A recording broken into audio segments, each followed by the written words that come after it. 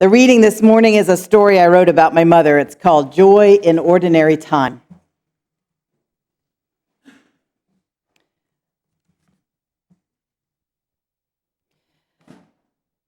My mama was a second grade teacher at the Gladwin Elementary School in the rich suburbs of Philadelphia. She loved the children, but she was shy with the parents, who were financiers, pro ball players, attorneys, members of the junior league, cricket clubs, and fox hunting clubs. For Christmas, she would get amazing presents. One year, she got a bottle of Joy perfume, then $150 an ounce. I don't know that she ever wore it. She was keeping it for a special occasion. She kept it so long that it finally evaporated. About other things, she was more open-handed. We had grandfather's china and silver, which she often used. That's what they're meant for, to be used, she said. There's no sense in having them if you're not going to use them. That open-handedness did not extend to her own person. She wore sensible clothes, comfortable shoes, white cotton underwear. She had grown up the child of missionaries, and whether she wanted it or not, that missionary stream ran deep in her. She looked respectable and kind. She was cute and cheerful and funny. Joy perfume didn't fit who she seemed to me to be. But a daughter never does see all the sides of her mother. It makes me smile to think that she harbored a hope that there would come an occasion where it would be her, where she might walk into a room smelling rich and sophisticated, cherished and valued, where it would be just the thing for her to wear. She let my sister and me smell it whenever we wanted to. The bottle sat like an honored but intimidating guest on her dresser, and whenever we smelled it, we marveled at how much it had cost. I don't remember it ever occurring to me to wear it. And I want to let this lesson sink deep into me. Celebrate the body, the trooper of a body that carries you through life, that pleasures you and lets you dance. Celebrate your body now before you've lost the weight, before you get your muscle definition, before you feel justified by the harsh eyes of your expectations. Celebrate being alive, drawing breath. Celebrate that you are achingly sad today and that it will pass. It is good to be able to feel feelings. Celebrate that there was a love so big and good that it hurt to lose it. That there was a time so sweet that you ache remembering it. Celebrate those things. Honor the flowering of the tomato plants, the opening of the daylilies, the lemon smell of magnolias. Honor the ache of your heart and the tears falling. Life is mostly ordinary time. Ordinary time shot through with light and pain and love. Lavish joy on ordinary time. Hope is a wonderful thing, but not if it makes you put off splashing yourself with joy. It's wonderful to be back with you. I bring you greetings from the Unitarian Universalist Church in Sacramento, California, and from the Unitarian Universalist Church in Kingston, Massachusetts. That's where I've been. I was with a group of ministers this week, teaching them what can't be taught, really, and something that I don't always do that well, but there you go. How to speak the truth with humor. So we had a good time, and it rained and was cold, and so I was glad to get home. And they all were sitting around talking about Mother's Day and preaching on Mother's Day, and they were just like, oh my gosh, it's such a minefield. I don't even want to go there. My church has flower communion. We just don't deal with it. My church does poetry Sunday on Mother's Day. My church does music Sunday. I don't preach. Not everybody had a good mom. And we all, those of us who do have children, we all wonder whether we're a good mom or not. Many days we suspect that we're not. Many of us are mothers of one thing or another, whether it be children or ideas or businesses art. I'm just going to tell you about my mom this morning, the things I learned from her.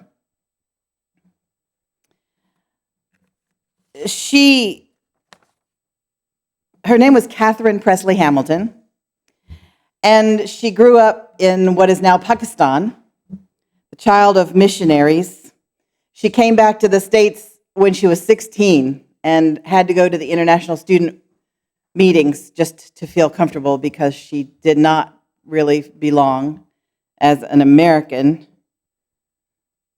Her parents preached to the Muslims and the Hindus who were around the town of Lahore, which is now in Pakistan. So when I knew her, she remembered a little bit of Hindi and a little bit of Urdu, and she would sing hymns in Urdu while she washed the dishes. And when I was in seminary, I invited some international students home. There was a guy named Sam who was from Pakistan and a guy from Ethiopia, but he'd been in school in Moscow. And we had a wonderful Thanksgiving dinner, and Sam was helping her wash the dishes, and he came back in crying because he said, "Your mother has such the accent of the village in her Urdu." The Ethiopian Marxist priest from Moscow converted to capitalism during a game of Monopoly.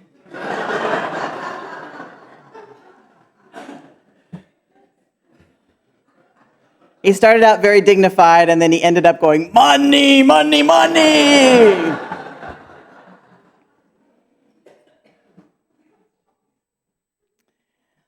When they were children, they would come home on the boat for furlough. The boat took a long time, and they would stay in the States for 4 or 5 months at a time.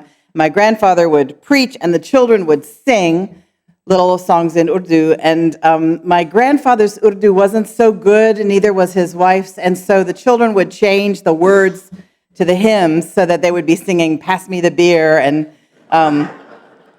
"Terribly Wicked," things like that.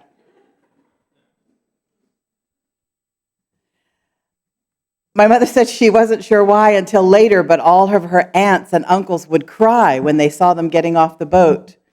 She said it was mostly because we were so ragged. We dressed from the missionary barrel, and so there were clothes that were 20 years out of style and that had big holes in them or stains on them because people don't send the missionaries their best clothes. And whenever I wore something with a little hole in it or a little spot on it or a little safety pin holding it together, which is why we have a safety pin on the front of the bulletin today, my mother would just say, "Oh, Maggie, just smile and nobody will notice."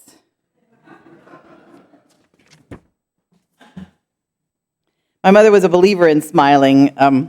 She preferred to stay happy. And part of how she stayed happy was to see things in the most positive possible way. Whenever she had a choice, she would see them positively. She was, I think I would call it willfully positive. She would say, "The day I had you all was the happiest day of my life. The happiest." I'm like, "I think it was the only day you ever took really strong drugs, Mom."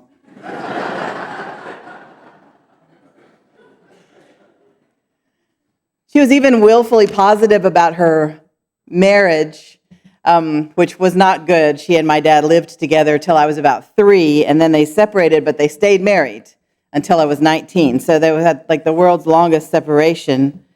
And she would say, "Your father is a difficult man, but I love him." And one day I was in her bathroom for something, and I saw Reader's Digest on the floor, and I just picked it up to see what she was reading. And she had filled out this questionnaire about your marriage. And there was a question that said, "If you had it to do over again, would you do it over again?" And she had checked no.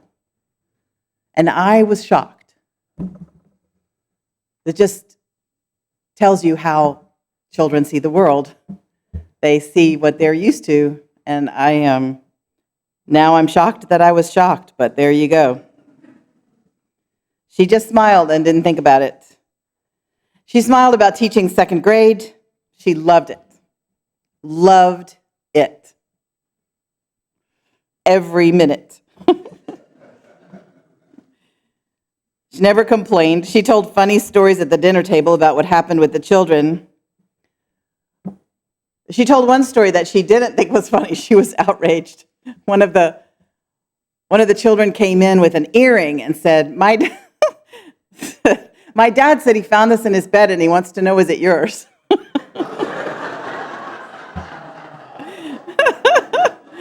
She was horrified.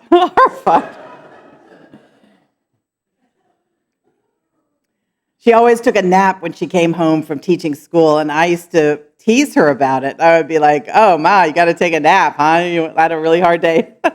And then I went to teach with her one day. I was 14. I was at the height of my powers, and boy, I passed out when we got home. She was really good at telling elephant jokes and knock-knock jokes. We would groan. And when we were camping, which we did every summer, she would take out the plastic plates that went with our VW camper van, and she would go, red, green, purple. They were all different colors. We were like, Ma, we know our colors. We're like 17.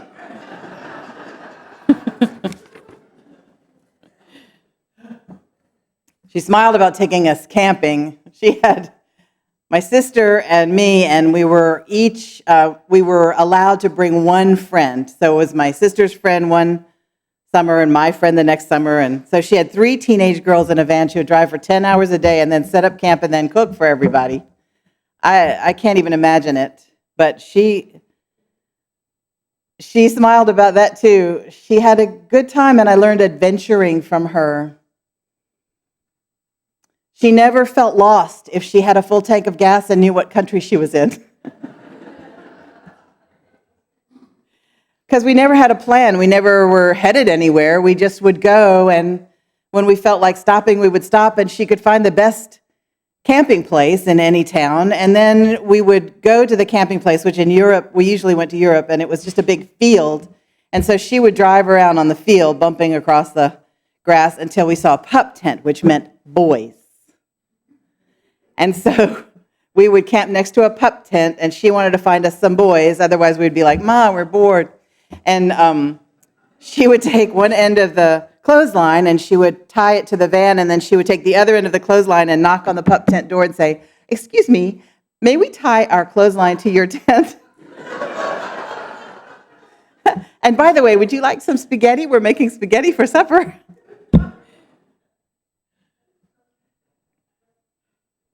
If there weren't any boys, we would have belching contests, which she always won. My mother was a lady in so many ways. She taught me to drive with admonitions to keep my wrists loose and do this when I turn the wheel. And yet, she never was too much of a lady when camping. So I learned that. Be a lady when you need to be, but don't take it camping. She always paid a tithe, 1/10 of her income, to the church. She was a very, very, very faithful about that. And one summer, we were driving across the country to California, and on our way home, the car broke down in Needles. I don't know if you've ever been to Needles, California, but it is in the middle of nowhere. And so we had to get towed pretty much across the Mojave Desert, I think. And at the time, this was in the 70s, it cost $290. And she said, you know, Maggie, God is joking with me. And I said, really? She said, $290 was the amount of the tithe that I was going to pay for this summer. And I thought I would hold back and not pay it just in case we had an emergency. And God is just telling me if I had paid it, our car wouldn't have broken down.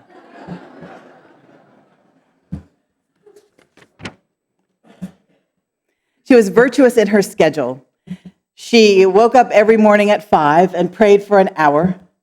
And then she practiced her violin for an hour. And she was not very good. And so this is what my alarm clock sounded like every morning of the world.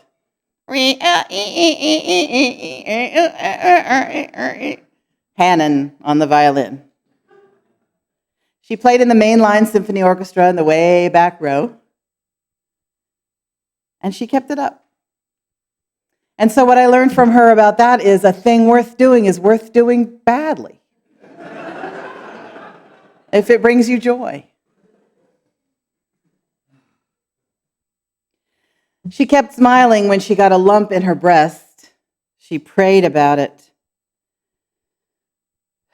And the lump didn't go away. And she waited a year for God to heal her. And then went to the doctor. He did a mastectomy and radiation and then another mastectomy. And she was in and out of the hospital for the next 5 years. And we kept hearing the cancer was gone and then it would come back. And so I learned not to hope. She always did hope, though. She said, Meggie, everything that happens to me is good because God is good. And I remember arguing with her one time about that because I was in seminary and it makes you mean.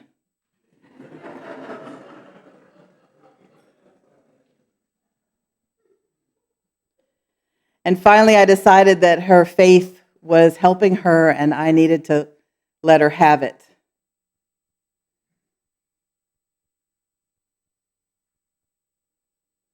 She also went to faith healers.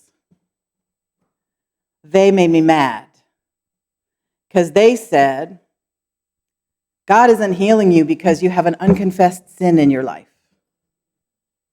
So she racked her brain to try to figure out what it could have been. Now, this is a woman who was a saintly little second grade teacher who prayed for an hour every morning and was sweet. How could she have an unconfessed sin in her life? Those rats. And then one of them came to the house to pray and said, if anyone does not have faith that God could heal this woman. I'm giving him a southern accent, but he was from New Jersey.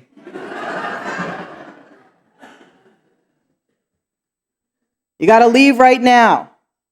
Leave the room. And so I left. I'm mad about that too. It infuriated me that she was believing in a God who would sit up in heaven and cross his arms and say, I could help you, but I'm not going to because you're not asking me correctly.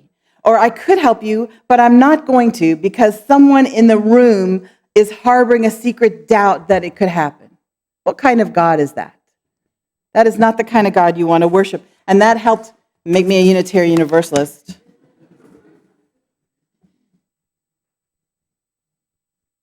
My mother was excruciatingly honest in most things. One time we drove into a drive-in movie. I don't know how many of you are old enough to remember those, but we got all hooked up with the little speaker on the window, and it was a pain, and you have to roll it up just right, and we were in there, and finally she realized that she had told the guy my sister was under 12, and she'd had her 12th birthday a couple days before. And so we had to unhook the speaker and drive back around, and she paid for my sister. One time I came in from school and I found her sitting at the kitchen table crying. And I said, Mama, what's the matter? And she said, somebody sent you a postcard. I'm like, oh no. She said, and I read it.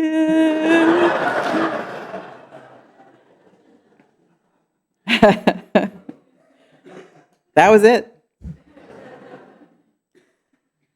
Her cancer made her honest about the rest. She was about 45 when she got sick, and at 46, she sassed her mother for the first time.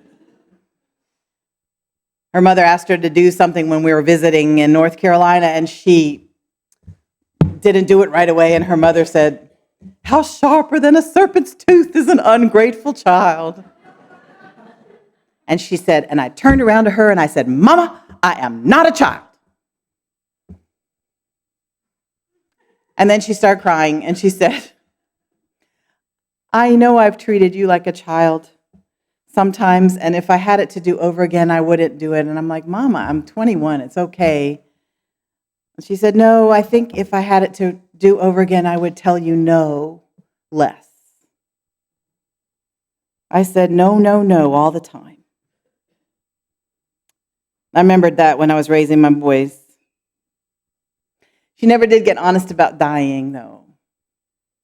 She always said God was going to heal her until the night that she called me at seminary and said, the Lord is taking me. And so I got in the car, I got in somebody else's car because I couldn't drive, and I was too upset. And some stranger really in the hall, I didn't know her that well, but she was in training to be a minister, so you could kind of count on helpfulness there. And she said, I'll drive you. It was an hour and a half, and she drove me and took me home, and I got to sleep by the sofa the night she died, and when you would call her name, she would go, just a minute, I'll be right there, like she was already traveling somewhere.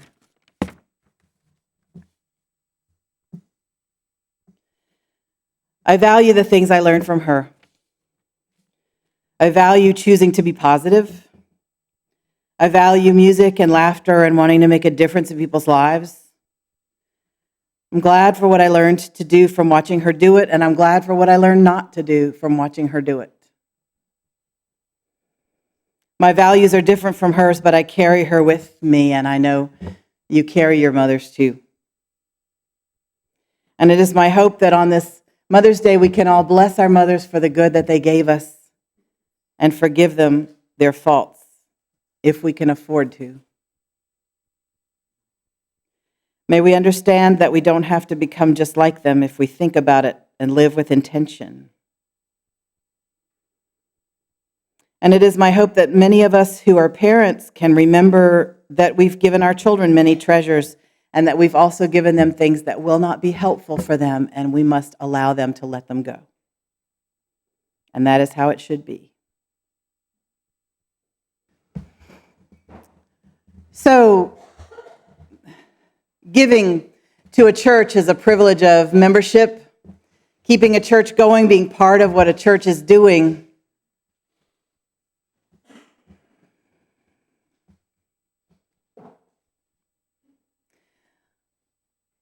This church is in a very exciting part of its life. We come together, we think together, we feel together, we are challenged, we're nurtured, we're comforted by one another. We want this congregation to be strong. And we think about how to give. And I want to tell you, in case you don't know, that an anonymous couple has come forward to give a challenge grant to our congregation. And what they're trying to help us do is get a person who can be our coordinator of communication and membership. This person would make sure that everybody knows the things they're supposed to know, and make sure that we don't have mix-ups about things, and make sure that everybody who could want to be involved with something knows about it. And so this person would also make sure that people who join the church get some kind of a buddy or a system to make sure they're known and engaged for the whole first year of their membership, and that they get as involved with the church as they want to be. And we really think that this is the best addition to our church life that there could be. And so this couple came forward and they offered a $30,000 challenge. And they said, if you all can raise another $30,000, no problem. And so I talked to many different groups in the church. I talked to I can't even remember what all groups I talked to in the church. But when I was talking to the past presidents, we were all having lunch at El Mercado. There were 22 of us sitting around the table, people who had been president of this congregation. And Donna Howard and Roseanne Reeser, when I said, how are we going to raise this money? They just stood up and said, we'll do it. We're going to ask 30 people for $1,000 each. That'll be it. And lo and behold, we have already 20,000 of those dollars. 20. And I thought it would be good, and they thought it would be good to allow other people that weren't asked, because, they don't know everybody, and we all don't know everybody. So we wanted to open it up and let people be part of this and donate some money toward it. Many of you all already have, but if you haven't and you'd like to, Roseanne, will you stand up so they can talk to you about it if they have questions? That's Roseanne. And if you don't want to talk to anybody about it, you just want to write a check, just put $30K on the memo line. Not on the amount line, on the memo line. Unless you just want to. And the people in the office will know to put that check toward the challenge. I'm so pleased to be able to announce that we're 2/3 of the way there. And I'm so pleased at the idea that we as a church are celebrating the end of this first year of our ministry together by making this very important fix in the staffing of this congregation. And I'm glad to invite you all to give. My mother would have written a check. I'm just saying. And now will you please say the words with me by which we extinguish our chalice. We extinguish this flame, but not the light of truth, the warmth of community, or the fire of commitment. These we hold in our hearts until we are together again. The lone wild bird in lofty flight is still with thee, nor leaves thy sight. And I am thine, I rest in thee. Great Spirit, come and rest in me. Go in peace.